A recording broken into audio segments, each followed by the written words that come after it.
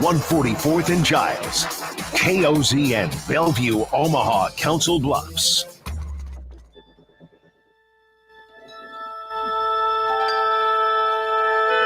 Friday, the final day of the week.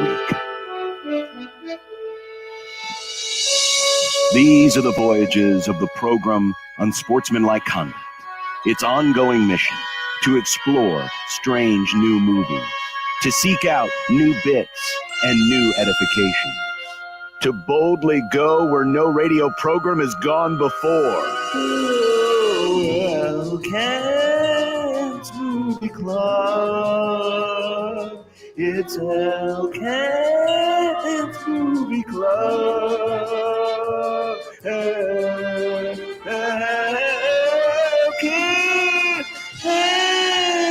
Movie Club. It's Elkent's Movie Club. Concussed myself on that one. Oh, no. Welcome, everybody. Kent, good afternoon. Hello. Hello, Kent. Looking forward to the parachutist tomorrow? Oh, yeah. That, if it's like the jet flyovers, I'll miss it, right? When they have the flyovers, you can't see anything. You look up in the press box and you see the roof of the press box, And that's it. Yeah, no, that's true. And if it means the return of that Mikey Bow tunnel walk, you remember that one, don't you? Unfortunately. I mean, that whole era had the best tunnel walks. It ended with that, and it began with the Bill Callahan Blueprints for Championships, and he's lowering it, and he's looking, and they had the whole, the trophies being built. Boy, that aged well. Yeah.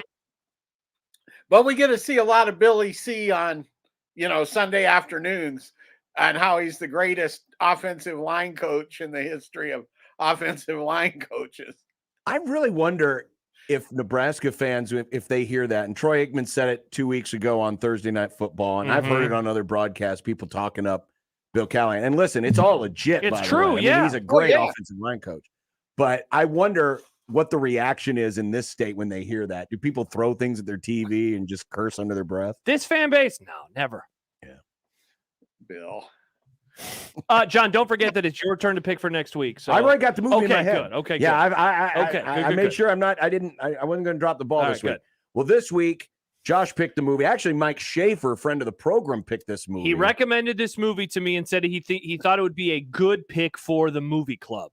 It's already 19 years old, and it's one of those movies that, because of, the title and what the guy does for a living, it's kind of dated now because people don't get their film developed anymore. Yeah, I think so. 1 hour photo is the movie. The background is it's the photo developer at like a Walmart type store, and he is a creeper. And I think that's really all you kind of need to know going in, and that's what it's about.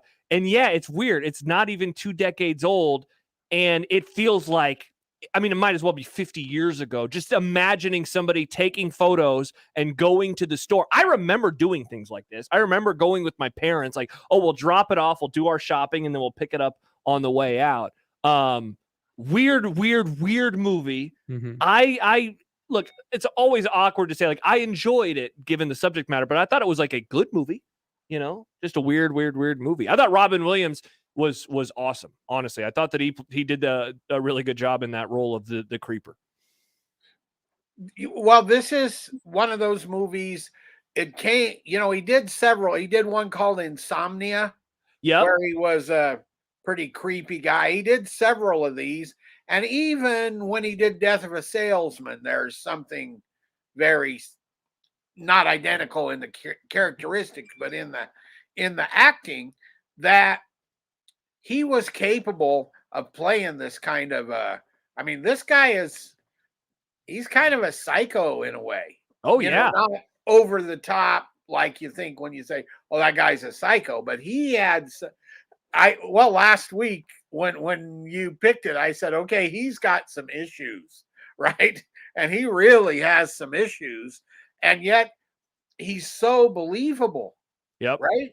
Yep. You know what I'm saying?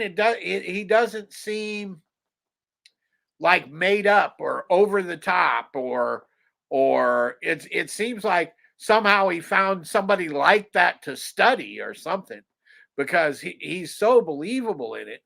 I agree 100%. I think when I texted Nick, they couldn't make that movie today. Nobody know what it was about.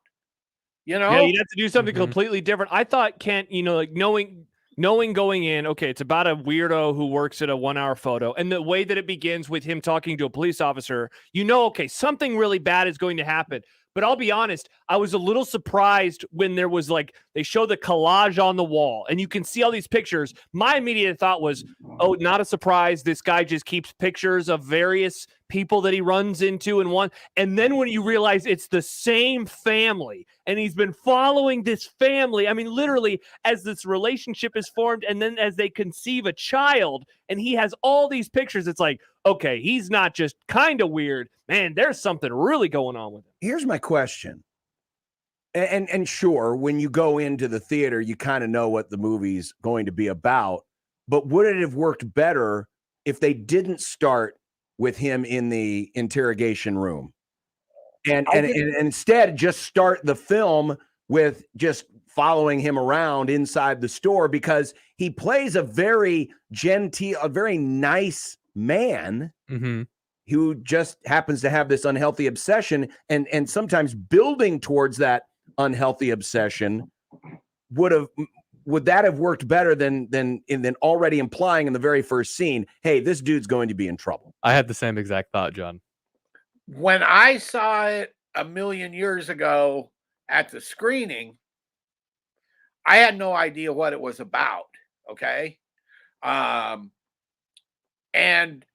so the interrogation room you didn't really know what was going on at all there.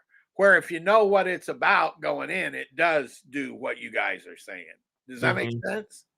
If you went in completely blank like I did, it added in a way to, okay, how you see that, and then it goes to this, seemingly really nice milquetoast kind of guy. How would he end up with the cops, right?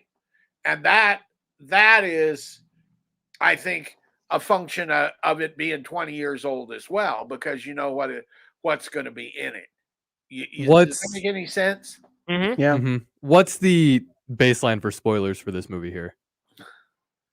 About what we can talk about? Well, I was thinking the same thing, because do we want to discuss the very end when he gets his pictures? I say why. I mean, it's a 20-year-old movie. It's a 20-year-old movie. Yeah. Okay. Yeah. Because in the first scene, the interrogating investigator has the envelope of the pictures. And so is that where you were going, Nick, with this? No, actually, but that's a good thing. It's fair to throw out and call him a weirdo, but I feel bad for Robin Williams' character.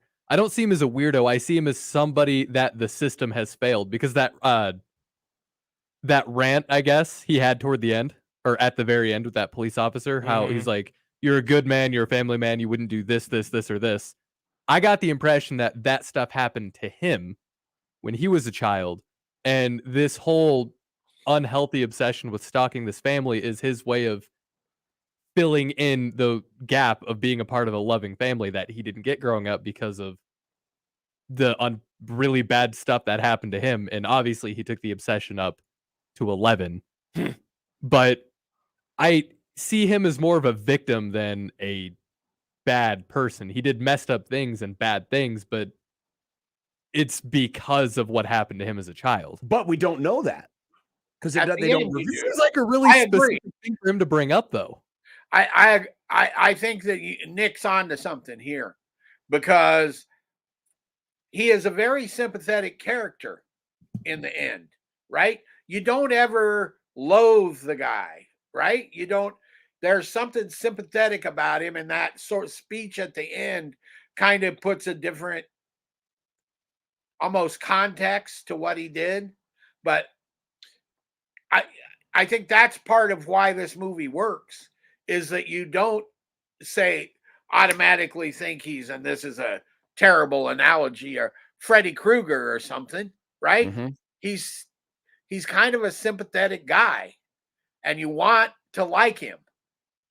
Right? And yeah, and at the end, when the cop looks at him and he's like, I think I understand now.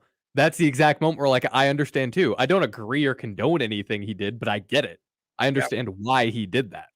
But that's the thing is, even though he goes about it, and anytime you stalk somebody, that's not a good thing. A little problematic. But at the end, he's trying to keep the family together because the husband is having this affair. Now, the wife has already kind of known that this affair was existing, but he doesn't know that.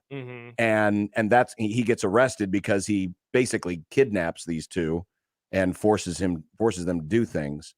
But then I was going to talk about at the end. So at the beginning of the film, there's an envelope of pictures that he takes. And at the end, he asks the detective, can I see my pictures? And he lets him see the pictures. And of course, it's been presumed that it's the pictures of what he was doing in the ultimate scene. Yeah. Instead, it turns out just to be a bunch of random photos of things in his hotel room. Yeah, windows and chairs. Non-incriminating. And so that was kind of a little bit of a twist at the end that I thought was interesting. And that is part of the twist that goes to what Nick was talking about, that he wasn't if he had been the true psycho gonna blackmail somebody, whatever, the pictures would have turned out a lot differently. Let's just put it that way. Right? Yeah, for the most part, Kent, like outside of that scene in the hotel, he really did skirt as close to the line as possible, right? Like even the scene, he goes to the soccer practice and he's watching the kid play. And while he's not doing anything illegal there, and as he walks the kid, nothing illegal is happening. He is really skirting very close to that line of it going, from this is a little creepy to being an actual criminal. And it was I think that's part of what makes the film. I'm not saying this is a great movie, but I think it's good.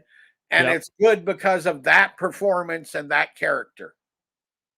Right? I mean, because he comes to that edge, but he really doesn't step over it. And like you say, until the final thing that we're trying to avoid saying everything about, he doesn't really ever step over the edge of, quote, legality, at least in a overtly criminal way. I think copying somebody else's photos probably was not entirely legal. Seems against I was gonna say, I wonder what like legally what you are and aren't allowed to do, or were or weren't allowed to do in a 1 hour photo type scenario. Right. Yeah, you're probably right, Nick. That's probably more of a store handbook thing than it was like actual criminality. Yeah. And he did get fired, so yeah, true. Now, he had done some serious movies prior to this. Correct. And you mentioned Insomnia came out in the same year. He did Bicentennial Man a few years earlier. Moscow on the Hudson. Not real good. No. Moscow on the Hudson way back in early part of his career. Obviously, he's known best for Good Will Hunting. Yep. And that was in the late 90s. And Dead Poet Society in terms of serious roles. Do you think, what did this film do for him in terms of being a serious actor? Was it kind of a lynch point where people could then trust him even more doing something that wasn't Robin Williams-esque, or was it just kind of one in a line? I think you have to take this in conjunction with Insomnia, because they were so close together. And it was like, okay, this guy is a real actor. He's not just a comic actor, just a comedian playing himself in a part. I think that really did help him. And then, after Good Will Hunting, the whole world knew that, right? Yeah. Yeah. I mean, because this was a relative hit as in the box office goes, because it was clearly a low budget movie. I mean, it wore its low budget on its sleeve. There were a couple times I thought the sets were going to fall over, Yeah, but the store definitely looked like it was That's precisely what. It's so white. Everything in the store was white. That store looked like a store that I would never want to shop at. Also, props to them for coming up with the name Save Mart, but without an E in the middle of it. Like just such a late 90s, early 2000s thing to do. Or is it Sav Mart? Like we had a Save Mart in Lincoln. We had a grocery store called Save Mart. Did it have an E though? Yeah, it had an E. It did. One more random note that I had last night. So after he had gotten fired and he was developing the final pictures for that family, he was going through the little boy's pictures and he was crying. And let me know if I'm just overthinking this. Some of those pictures were pretty good for a kid. They weren't amazing by any means, but the framing and the rule of color contrast and the rule of thirds, like that kid clearly has some kind of inert gift for taking pictures. And I wonder, you should join us on remotes. Nice. Did a joke. I knew it was going to happen. And I think that in that moment that hurt the character even more, because I think it's fair to say he's a big fan of pictures and a big fan of good pictures, and seeing this kid that he's basically seen grow up, develop this talent that he had that he'll never get to see flourish more, I guess. It made that scene more sad for me with that mindset.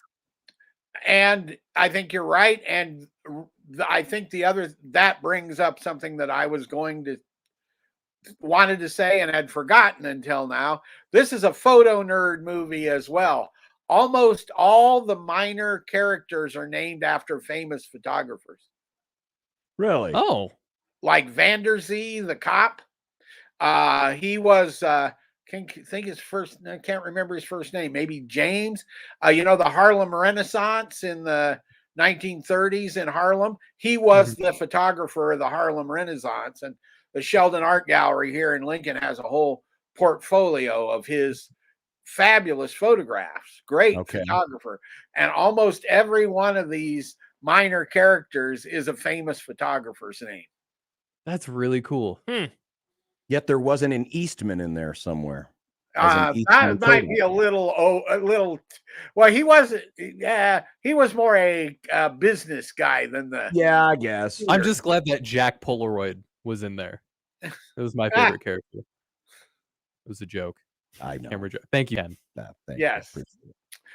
You know what? Well, after watching this, it made me miss Robin Williams. I know, man. I thought the same thing. R.I.P. I've always loved Robin Williams. I can remember. I mean, when Mork and Mindy came out, it was high comedy. And be honest, my dad loved it. Did you Google the Peter King Robin Williams tweet? No, did you Google that? Okay, I did. It was so silly. It just made me miss Robin Williams. Yeah, because he was so good in just about everything he did. Yeah, and this is going to be pretty weird, maybe. But you know what I thought during this is also maybe his depression and his mental problems contributed to his portrayal of this guy. I could see that. That's certainly possible, because he obviously dealt with it his entire life. Yeah. Or most of his entire life. And I have to go to a dark place. Yeah, he did. And I have to admit, now that you mention it, I that was in the back of my head too. Just that, hey, he can really channel this pretty well. He obviously had, some depression issues. Yeah, some demons himself. But there's a story note for your afternoon. Yeah, what an uplifting movie. Yeah. Well, like I said, it is an uplifting movie because the man is trying to defend marriage. Family film. It's a family values film. Trying to defend marriage, down with infidelity. He goes to the weddings and he hears all the things about remaining together through thick and thin, and he's cheering like we go to sporting events and cheer. That's what he does. That's right. Yeah. There you go. Exactly. And he's good at customer service. And he's great at customer service. Yeah. He taught that one guy how to develop pictures. There you go. Yeah. Yeah. Just an all-around great guy. All right, that is 1 Hour Photo. It's streaming right now on HBO Max. If you'd like to see it for yourself. Next week, what are we watching? Halloween Kills. Oh, is that the new one? It's the one. It's the new Halloween. It's on Peacock. Well, I just watched the original the other night with my wife. My wife. And And I thought, what the heck, and I realize Halloween will be done on Sunday, but it is new. And spooky season rolls on for Nick. I am kind of okay curious, with that. because I haven't seen a modern slasher film in quite a while. Watch The Conjuring. I guess it's I can tell you there's not a hell of a lot of difference between a modern slasher film and it's still a slasher film. Though I would say the original Halloween, when you compare it to a lot of especially the stuff because that was in 78. Yeah. Mm-hmm. In the 80s, it was like gore everywhere. The original Halloween is not that gory. No, it is not. No. Also, the way it begins is so funny with him like watching his hand stab his sister. I mean, okay, that sounds really creepy on my part. Just that he like looks at his hand while. Is that in chapter 17? Okay, never mind. Halloween Kills. Chapter 10. Halloween Kills. The other one that was terrifying and not all that gory was the first Nightmare on Elm Street. You know what? I should rewatch that because that one is terrifying. See, wasn't that the one? I thought there was a ton of blood that came out of the bed. Yeah, wasn't that the one where the dude's laying in the bed and Freddy's arm comes up through the mattress, reaches over, grabs the guy by the only really thing like that. Okay, you don't want kind that to of happen. Builds towards that. Okay, that's the one scene I remember. But Halloween Kills, it's streaming on Peacock. Perfect. There you go. I did it for you, Nick, because I know this is your holiday. Thank you, John. Yeah, did you rent the movie, Nick? How did you watch? I rented it. You rented it? It doesn't bother me. So now in the last 2 weeks, you spent what about $8? $6. Interesting. That's close to $15. Anyway, time for a prediction, Kent. Besides parachute is coming into the stadium, what do you see happening? I have no clue. Honestly. How many times have I been right this year? Like 0. Let's say, for reasons I have no idea why, Nebraska 24, Purdue 17. Ooh, but a Purdue cover. There you go. Yeah, slight cover. A slight half-point cover. A half-point cover, unless, there might be some books you can get it at 7. Let's find out what Evil Kent, and this, Evil Kent, this is your time. This is it. This is Halloween weekend. Evil Kent.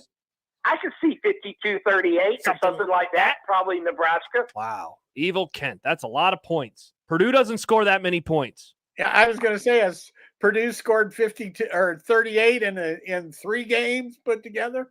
Seriously, they have not scored a lot of points this year. If you look at their games, they had 30 against Oregon State, 49 against UConn. Since then, 13, 13, 13, 24, 13. If there ever was a time, a lot of 13. It's a lot of 13. Was the time is now. Because one of these days, Evil Kent is going to be right. Yeah, it's 52-38. And it's going to be in a game we least expected it in. Maybe it's tomorrow. Indeed. Did you note the fine Purdue contribution to the game last night? 2 turnovers by Mr. Rondell Moore. Boiler up. Boiler up, baby. All right. Well, speaking of creepy, hopefully Purdue Pete's on the sideline so we can all enjoy. I don't want that. Creepiest you looking. love spooky season. Yeah. Purdue Pete isn't spooky. He's just weird. Creepy. He didn't allow me to call Robin Williams' character weird, and now he's going to say Purdue Pete. Yeah, I was going to say the only thing that Purdue Pete's missing is a pair of glasses and and a smock from Save Mart, and he could have played the role of Cy. Well, I'm pretty sure Purdue Pete also doesn't have a soul. Cy, the photo guy. Uncle Cy. Uncle Cy. That was uncomfortable, by the way. When he's like, weird. Sometimes it's like I'm the uncle. Like, okay, I got to go. See you later. Call me Uncle Cy. Kent, have a great weekend. Thanks again. Bye, Kent. Bye, Kent. See you next week. There he is. Kent Wolgamott, ladies and gentlemen, of the Lincoln Journal-Star. Mike says, talking about the blood scene in Nightmare on Elm Street, that was Johnny Depp in that's right. Nightmare on Elm Street. That's right. Johnny Depp, someone I am not a fan of. On Depp? I don't. Yeah, he's. Well, this word's gonna trigger you again. He's weird. Wow. I've never liked Johnny Depp. I liked him in one movie. Was it Pirates of the Caribbean? It was indeed, because it was kind of his most normal. I didn't like him in a lot of other stuff though. Sad. All right, we've got more to come. We've got the look ahead to this weekend in college football and in the happy hour. Beer. Happy hour beers. Mm-hmm. Beer. Because it's One Beer Friday. Yeah. Predictions. Keys to the game. All coming up right here on 1620 The Zone.